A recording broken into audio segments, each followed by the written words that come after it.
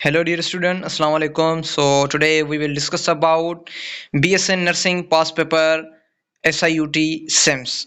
Okay, so today we will discuss about only chemistry portion. So कल हमने जो है बायोलॉजी का पोर्शन डिस्कस किया था, तो आज हमने जो है केमिस्ट्री का पोर्शन डिस्कस करने वाले हैं। तो कल जो है SIUT की BSN नर्सिंग की टेस्ट है सुबह and morning shift and evening shift जो भी इसमें दिए गए हैं जो भी। आज हमने सोचा कि आपके लिए केमिस्ट्री का पोर्शन भी आपको सॉल्व करवाएं जो बीएससी नर्सिंग जो पिछले सालों से टेस्ट करवाने जा रहा है। ओके, सो चलते हैं first of all first MCQs की तरफ। तो स्टार्ट वीडियो करने से पहले मेरी यही गुजारिश होगी, जब भी कोई भी न्यू स्टूडेंट मेरे चैनल पे नया है तो अभी तक मेरे चैनल को सब्सक्राइब नहीं किया तो काइंडली सब्सक्राइब करें ताकि जो भी मेरी अपडेट हो वो आप तक ज़रूर पहुंचे on the basis of jobs and on the basis of admission test. जो भी प्रीवेंट्स में मेरी जो भी अपडेट होती है मैं शेयर करता हूँ। जो भी एडमिशन के हवाले से जो भी कोई टेस्ट होने जा रहा होता है कि उसके पास पेपर जो भी उसकी एडमिशन टेस्ट जो मतलब उसके जो भी उसकी अपडेट आती है तो मैं यूट्यूब पे शेयर करता हूँ डेली बेसिस पे। तो चलिए फर्स्ट एमसीक्यूज की तरफ देखते हैं क्या दिया गया है। तो first of all the branch of chemistry that deals with hydrocarbon. Okay, so the branch of chemistry then that's deals with hydrocarbon. So in which correct option कौन सा होगा? तो आप सभी जानते हैं ये ऑर्गेनिक केमिस्ट्री का ब्रांच है। सो इन ऑर्गेनिक केमिस्ट्री में हम डिस्कस करते हैं हाइड्रोकार्बन को। So in which correct option is B, hydrocarbon is a study of organic chemistry. So then चलते हैं नेक्स्ट एमसीक्यूज की तरफ। The molar mass of carbon dioxide is. Okay, so ये मोलर मास की बात कर रहा है कि मोलर मास जो होता है कार्बन डाइऑक्साइड का वो कितना होता है 44.01 AMU। Second number B 4.41 AMU, 42.01 AMU। D में कह रहा है कि 43.4 AMU। So in which correct option हमारे पास ए है जो 44.01 AMU इसका जो हमारे पास मोलर मास होता है कार्बन डाइऑक्साइड का। ओके, सो चलते हैं नेक्स्ट एमसीक्यूज की तरफ। ऐसा है the basic unit of mass in SI system. तो एसआई सिस्टम में जो बेसिक यूनिट होता है मास का वो हमारे यहाँ किलोग्राम का होता है। ओके, सो चलते हैं नेक्स्ट एमसीक्यूज की तरफ। The greenhouse effect is caused by an excess of gas। Okay, तो ग्रीन हाउस जो होता है हमारे यहाँ वो इफेक्ट करता है, वो कौन से काज होते हैं जो हमारे यहाँ एक्सेस होते हैं गैस में? तो वो हमारे यहाँ कार्बन डाइऑक्साइड होते हैं as an greenhouse effect. Okay, and the cause of carbon dioxide excess in a gas. Okay, then उसके बाद चलते हैं नेक्स्ट एमसीक्यूज की तरफ। What is the universal solvent for what reaction? Okay, तो कौन सा वाटर का यूनिवर्सल सॉल्वेंट होता है जो एज एन रिएक्शन करता है? सो एज एन हमारे यहाँ बायोकेमिकल रिएक्शन होता है। So in which correct option is D, biochemical reaction जो वाटर के यूनिवर्सल सॉल्वेंट में रिएक्शन होता है। देन उसके बाद चलते हैं नेक्स्ट एमसीक्यूज की तरफ, देखते हैं उसमें क्या दिया गया है जो एसआईयूटी ने कंडक्ट करने आया है। अभी तक जो भी एसआईयूटी टेस्ट करवाने आ रहा है तो वो मैं आज आपको सॉल्व करने जा रहा हूँ। ओके, सो चलते हैं नेक्स्ट एमसीक्यूज की तरफ। As the temperature of an ice rise, okay, as the temperature on the ice, okay, rises, the ice very well as a malt melts and density is very well उसकी density कैसी होगी? So उसकी density means increase होगी। Okay, क्योंकि जब भी कोई temperature होता है आइस का वो राइज किया जाएगा, उसकी मेल्टिंग पॉइंट भी डेंसिटी भी राइज किया जाएगा। सो इन विच करेक्ट ऑप्शन है सी, इंक्रीज। ओके, देन उसके बाद चलते हैं नेक्स्ट एमसीक्यूज की तरफ, देखते हैं उसमें क्या दिया गया है।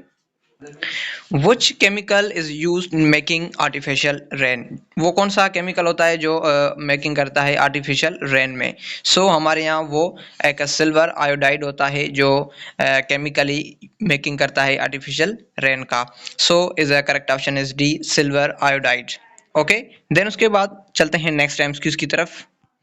Nail polish, okay, nail polish remover of content. So अभी सभी जानते हैं कि नेल पॉलिश जो होता है वो रिमूव करता है एज एसीटोन को। एसीटोन एक केमिकल होता है जो नेल पॉलिश में एक उसको रिमूव करता है। सो इस काम करता है। एसिटिक एसिड का काम नहीं होता, बेंजीन का ये काम नहीं करता, पेट्रोलियम ईथर नहीं होता, ये एसीटोन उसका मेन रोल प्ले करता है। सो चलते हैं नेक्स्ट एमसीक्यूज की तरफ। स्टोरेज बैटरीज कॉमनली कंटेन, जो भी बैटरी की मतलब स्टोरेज होती है उसमें कौन से एलिमेंट जो होते हैं वो कंटेन होते हैं। सो उसमें लीड का मेन रोल होता है जो उसमें कंटेनिंग होते हैं बैटरीज में। Okay, then washing soda in water, okay, washing soda in water behave as an like, जो washing soda होती है वाटर में वो behave करती है as an acidic, okay, not a basic, not a neutral, not so in which correct option is B, acidic। जो हमारी जो washing soda होती है वो वाटर में behave करती है as an acidic। तो ये आपने ज़रूर याद रखना है कि कल टेस्ट में आ भी सकता है। ओके, कभी कभार ऐसे होता है कि कोई भी स्टूडेंट जो पहले एक दिन 2 दिन पढ़ता है तो वो कह रहा था सर मैंने तो कल ये वीडियो सुने थे, ये लेक्चर सुने थे, ये एमसीक्यूज याद किए थे, ये एमसीक्यूज का कॉन्सेप्ट मैंने समझा कि यही टेस्ट में आया। तो ऐसा भी हो सकता है, ओके, होता है।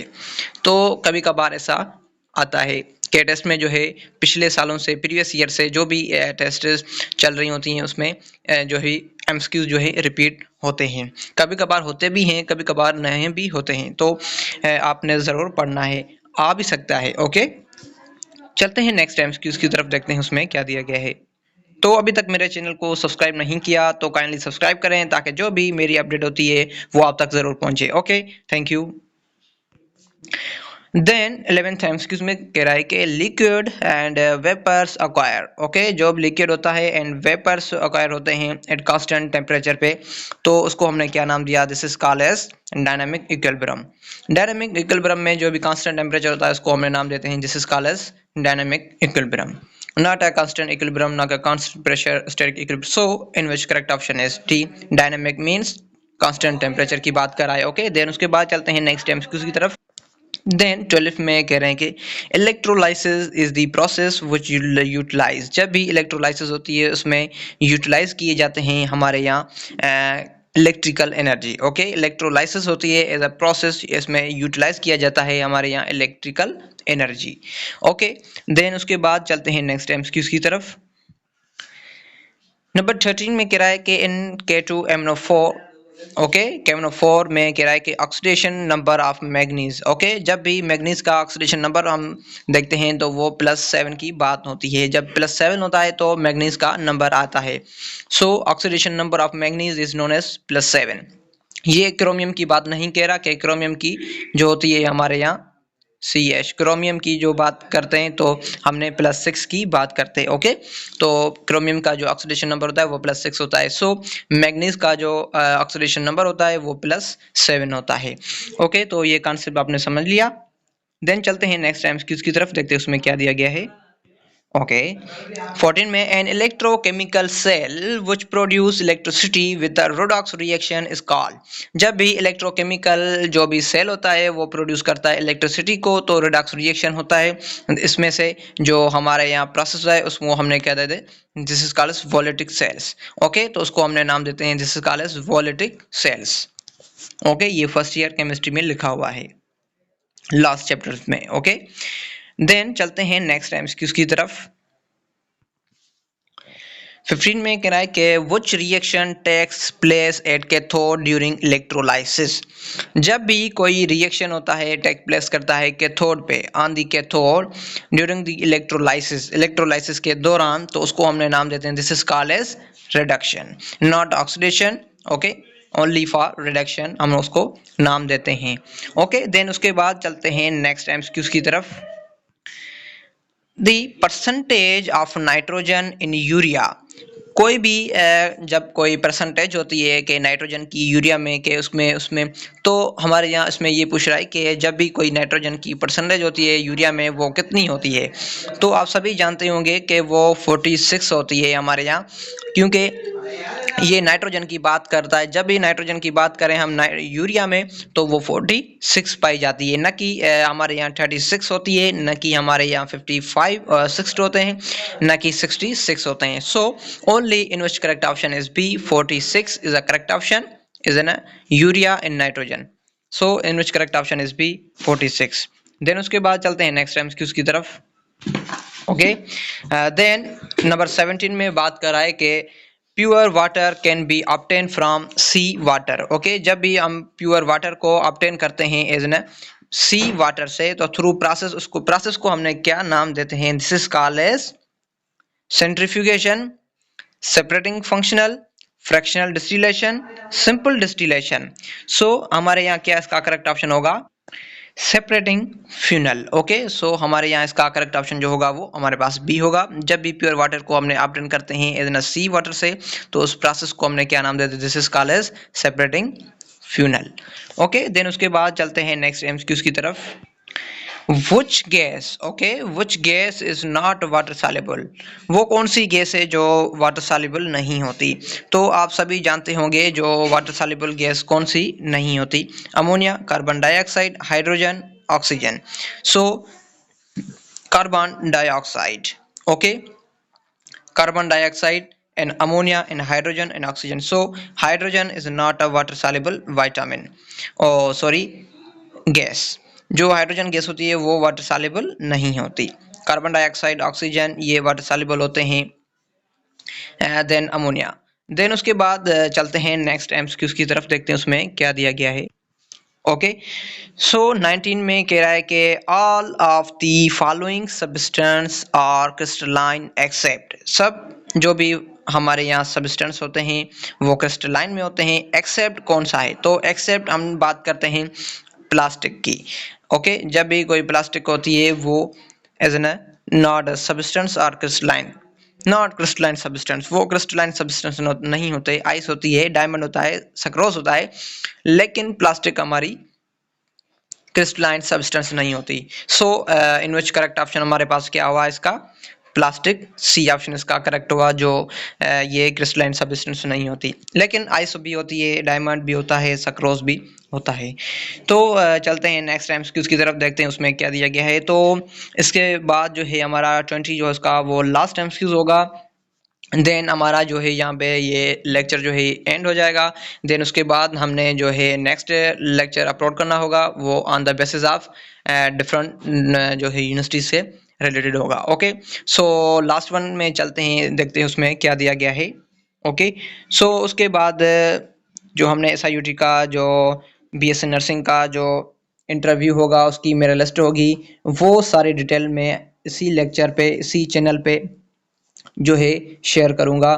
तो काइंडली इस चैनल को सब्सक्राइब करें ताकि आपका बेस्ट सिस्टम हो जाए, आपको कंफर्टेबिलिटी हो जाए कि जो भी कोई अपडेट होगी वो आपको घर बैठे ही मिल जाएगी। ओके, सो चलते हैं लास्ट वन MCQs की तरफ, देखते हैं उसमें क्या दिया गया है। Okay, so which of the following has the maximum number of isotope?